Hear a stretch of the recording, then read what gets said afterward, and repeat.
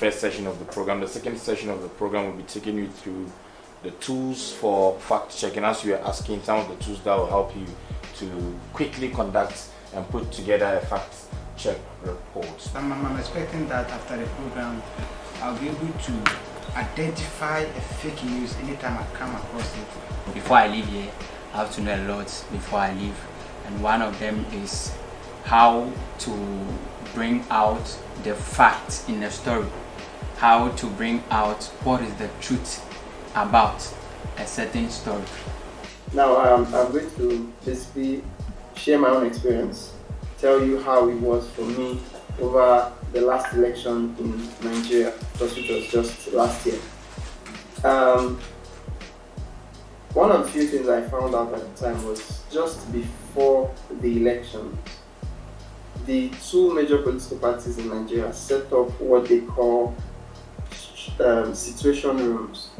And these situation rooms are made such that they are used to spread misinformation. With the digital or online stories, how can you identify a fake news or a fake story? If you see something that is remotely too good to be true, it is likely too good to be true. So if you see something saying that every political group in the country, including the opposition, has endorsed the current president for the coming election, in quotes, your bullshit detector is going to basically tell you in that instance that shit, this is fake, this is not true.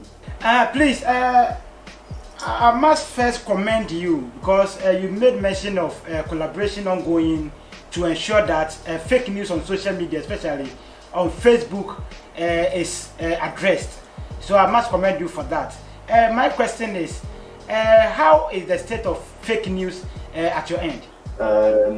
Recently, yesterday, our associate director, who's from Brazil, she shared with us apparently the government of Brazil used a stock image from Shutterstock of a pharmaceutical drug to promote a fake drug, saying it's a cure for COVID-19, but the drug doesn't actually exist. So from the president in the presidential administration in Brazil. But we're seeing that here in the United States too, in terms of and it's tricky because you don't want to blame President Trump for everything, but unfortunately, he does tend to have a very, let me put it in a diplomatic way as I can. He has a very loose definition of the truth. As a journalist, before you put out a story, you are expected to verify.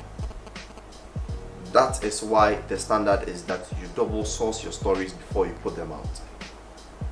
But we know that because of competition, because you would want to be heard first, sometimes we don't do the necessary verification before we put out stories. We have Google, we have the first, second, third up to the 10th. So for it to be easier for you, as you said, you can then trace it from the 10th position. Then from there you can see the right date that the picture or the video was published. Yeah. So this is Google Images. Do you know how different this is from the first? This is basically to verify pictures. In the first, there's no images there. There's no images there. Nice.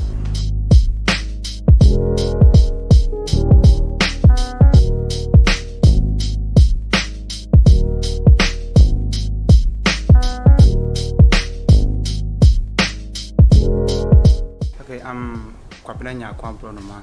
I work with Bright FM, that's Joy Dadu Multimedia, as a newscaster and also online publisher. Actually, our first time Ghana Facts for such a wonderful training and workshop. I've learned a lot concerning trying to differentiate between fake news and real news. Nana Bagri Faustina from Bright FM online writer, and today we have learned something special and I've got more knowledge on Ghana's facts. At first, I was illiterate on how to detect a fake story and all those things, but today I can detect fake stories. My name is Koforidua from Mobile FM. And in fact, as my colleagues have already said, this workshop is very, profitable to us as journalists. And also, we were somehow naive and not privy to certain things. But after this workshop, I've realized and also learned a lot of which it can help the work that we are doing.